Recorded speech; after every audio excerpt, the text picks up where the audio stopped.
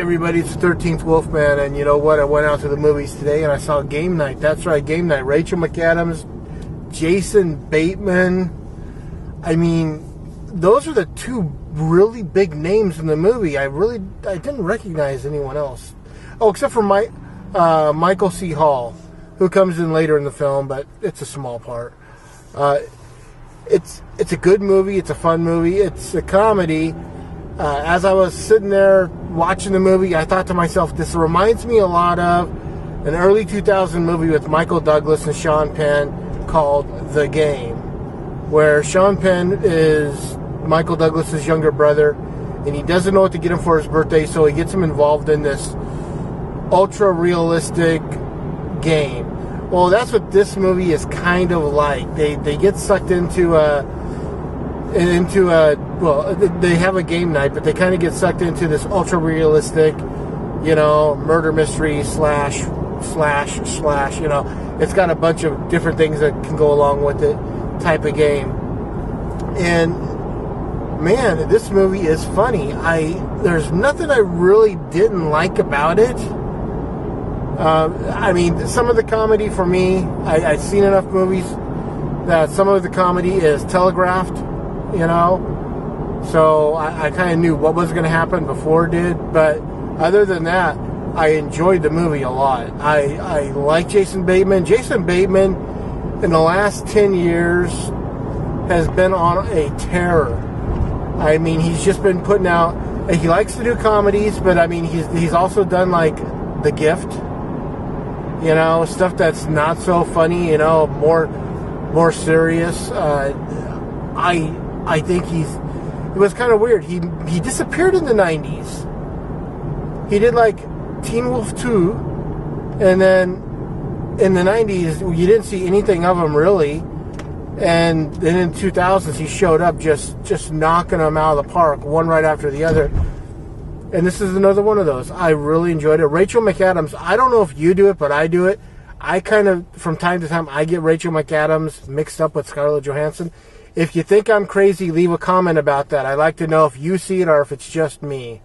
You could just say, hey, Wolfie, you're blind, you need glasses. I wear glasses, but that's not helping, I guess. This, like I said, this is a fun movie. Kyle Chandler. That's the other guy. He plays Jason Bateman's brother. The guy that played the coach on Friday Night Lights. So there were more than just those three. So there's 4 big names, but everything about this, it's well written, well produced. The coolest thing I really, really liked about this movie was there were really cool transitions. It almost felt like you're watching Mr. Rogers' Neighborhood, where they would show these houses from a distance, and they look like little models, and then they'd slowly pan in, and when they're panning in, all of a sudden you'd see a car show up, and they still look like little models, and you're just kind of like, that's kind of cool. There's a reason for all of this. If you stay to the very end, you'll find out, but